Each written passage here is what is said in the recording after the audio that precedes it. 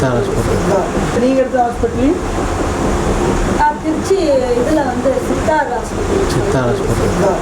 நீங்கள் எடுத்த ஹாஸ்பிட்டல் திருச்சி இதில் வந்து சித்தார் ஹாஸ்பிட்டல். சித்தா ஹாஸ்பிட்டல்.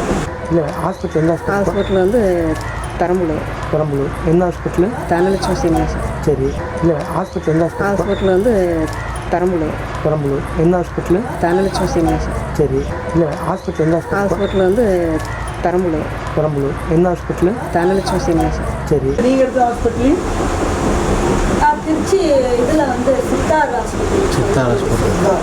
நீங்கள் எடுத்த ஹாஸ்பிட்டல் திருச்சி இதில் வந்து சித்தார் ஹாஸ்பிட்டல். சித்தா ஹாஸ்பிட்டல். நீங்கள் எடுத்த ஹாஸ்பிட்டல் திருச்சி இதில் வந்து சித்தார் ஹாஸ்பிட்டல். சித்தா ஹாஸ்பிட்டல். இல்லை ஹாஸ்பிட்டல் எந்த ஹாஸ்பிட்டல் வந்து பெரம்பலூர். பெரம்பலூர். என்ன ஹாஸ்பிட்டலு? தனலட்சுமி சீனிவாசன். சரி. இல்லை ஹாஸ்பிட்டல் எந்த ஹாஸ்பிட்டல் வந்து பெரம்பலூர். பெரம்பலூர். என்ன ஹாஸ்பிட்டலு? தனலட்சுமி சீனிவாசன். சரி.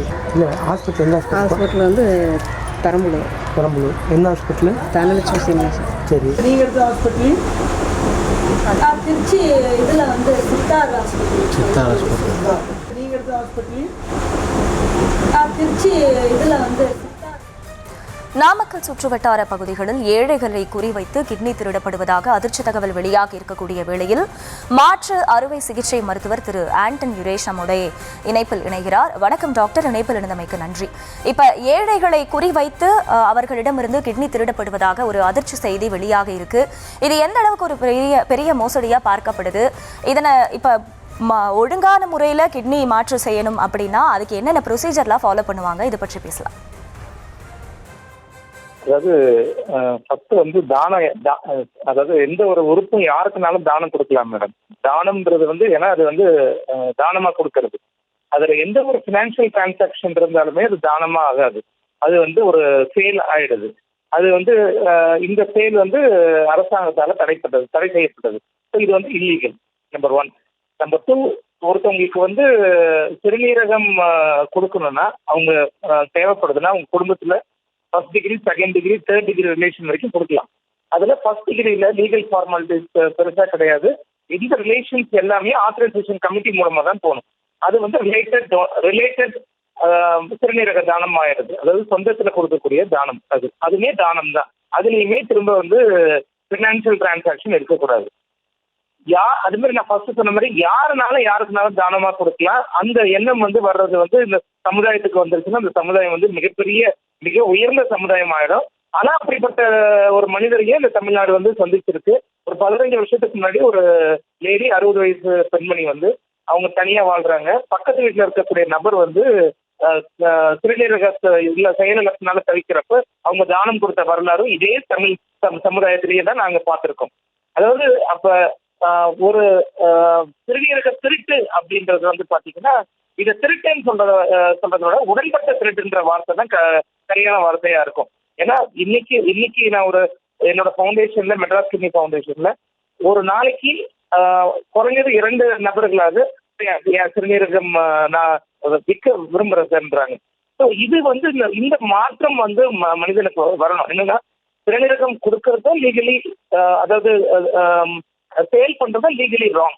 ஸோ 2 ஆஸ்பெக்டும் இருக்கு மேடம். சிறுநீரகமே கிடைக்காத வாய்ப்புல கடாவர் டிரான்ஸ்பிளான்ட்ன்ற ஒரு உன்னதமான சிகிச்சை வந்து தமிழ்நாடு வந்து முன்னோடியா இருக்கு. அதுல வந்து நம்ம மக்கள் வந்து ரிஜிஸ்டர் பண்ணிக்கிட்டு பயன்பெறணுன்றது தான் என்னோட கருத்து. சார், இப்போ அதே மாதிரி ஒரு கிட்னி மட்டும் வச்சுட்டு ஒழுங்கான வாழ்க்கையை தொடர முடியுமா அப்படிங்கிற ஒரு கேள்வி எழுந்திருக்கு. அதுவும் சொல்லுங்க. அதே மாதிரி இப்போ இப்படி இல்லீகலாக டொனேட் பண்ணும்பொழுது அந்த டொனேட் பண்ணுறவங்களுக்கும் சரி, அந்த கிட்னியை எடுத்துட்டு அவங்களோட உடம்புல பொறுத்துறவங்களுக்கும் சரி, என்ன மாதிரியான காம்ப்ளிகேஷன்ஸ் எல்லாம் இருக்கும்? அதாவது நீங்க ஃபர்ஸ்ட் கேட்ட கேள்வி பதில் சொல்றேன். அதாவது ஒருத்தவங்களுக்கு வந்து ஒரு சிறுநீரகம் இருந்தாலே அது போதுமானது. ஒரு சிறுநீரகம் மட்டும் சிறுநீரகத்தோட மட்டும் பிறக்கக்கூடிய குழந்தைகளும் உண்டு. அவங்க நல்ல வாழ்க்கையும் வாழ்ந்துட்டு தான் இருக்காங்க. ஒண்ணு. அப்படி தானமா கொடுக்கக்கூடிய நபர்கள் வந்து ஒரு சிறுநீரகம் மட்டும் இருக்கிறப்ப அவங்களோட பிபி கண்டிப்பா ரெகுலரா செக் பண்ணிக்கணும். அவங்களுக்கு சிறுநீரகத்தை ஆனுவலா அல்ட்ராசவுண்ட் பண்ணி செக் பண்ணிக்க சொல்லுவேன். உப்பு குறைச்சி சாப்பிடணுன்றது வந்து முக்கியமான விஷயம். நம்பர் 1 ஃபார் சொசைட்டிக்கு எஜுகேஷன். ரெண்டாவது வந்து ஒரு இல்லீகல் முறையில ஒருத்தவங்களுக்கு இருந்து சிறுநீரகம் வந்து எடுத்து இன்னொருத்தருக்கு நபருக்கு வைக்கப்படுறதுமே வந்து பாத்தீங்கன்னா இது வந்து ஒரு தனிநபர் மட்டும் இல்ல, அந்த குழுவில் இருக்கக்கூடிய மருத்துவர்கள், கொடுக்கக்கூடிய ஒரு நபர், டோனர், தானமா, அதாவது இல்லீகலி கொடுக்கக்கூடிய நபர், இல்லீகலி வாங்கக்கூடிய நபர், இல்லீகலி அதை செய்யக்கூடிய மருத்துவர், இந்த மூணும் சம்பந்தப்பட்ட ஒரு விஷயம்.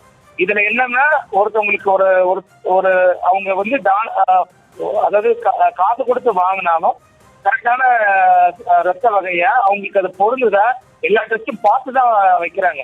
ஸோ அதனால வந்து அது லீகலோ இல்லீகலோ அந்த சிறுநீரகம் பாதிக்கப்பட்டவங்களுக்கு வைக்கிறப்ப அதற்கு தேவையான எல்லா முன்னேற்பாடுகளும் செஞ்சுட்டு தான் வைப்போம். சரியா? அதாவது நான் வந்து வைக்கிறேன்னு சொல்லல, அப்படி வச்சாதான் அந்த இன்னொருத்தவங்களுக்கு வந்து சிறுநீரகம் வந்து செயல்படும். ஒருத்தவங்க கொடுக்குறாங்கன்றதுக்காக ஏ குரூப் கிட்னி தூக்கி பி குரூப்ல கொண்டு போய் வைக்க மாட்டோம். உதாரணத்துக்கு சொல்றேன். சார், இப்போ அதே மாதிரி இல்லீகலாக பண்ணுறாங்க அப்படின்னும் பொழுது இதுக்கு பொதுவாகவே நிறைய டெஸ்ட் எல்லாம் எடுத்து தான் பண்ணுவாங்க. ஒரு டொனேஷன் அப்படிங்கிறது அப்படியே பண்ணிட முடியாது ஆர்கன் டொனேஷனை பொறுத்த வரைக்கும். இதில் என்னென்ன மாதிரியான டெஸ்ட் எல்லாம் ரொம்ப முக்கியமாக இருக்குது, இது ஒழுங்காக எடுக்கலை அப்படிங்கிற பட்சத்தில் என்னென்ன மாதிரியான காம்ப்ளிகேஷன்ஸ்லாம் இதில் இருக்கும், அதை பற்றி பேசலாம். இல்ல, கிராஸ் மேட்சிங்னு ஒரு டெஸ்ட் இருக்கு மேடம். ஆக்சுவலி டைப்பிங் இன்னொன்னு இருக்கு. அதுல நம்ம பண்றப்பே நம்ம வந்து ரிலேட்டடா அன்ரிலேட்டடான்னு அதுலயே இப்போ ஒருத்தவங்களுக்கு ஆக்சுவலி டைப்பிங் பண்ணாலே அவங்க ரிலேட்டடா அன்ரிலேட்டடா நம்பர் 1 தெரிஞ்சிடும். நம்பர் 2 கிராஸ் மேட்சிங் பண்றப்பயே அவங்க வந்து அந்த கிராஸ் மேட்ச் பண்ற ஒரு டெக்னிக்கல் டீம் இருக்காங்க பாத்தீங்களா, அவங்களே வந்து இது ரிலேட்டட் டோனர் இல்லையா அன்ரிலேட்டட் டோனர் இல்லையா கொட்டையை எழுதிடுவாங்க. அது வந்து பிளாக் அண்ட் ஒயிட்டா இருக்கும். ஸோ அந்த இடத்துல அதெல்லாம் தெரியக்கூடிய வாய்ப்புகள் உண்டு.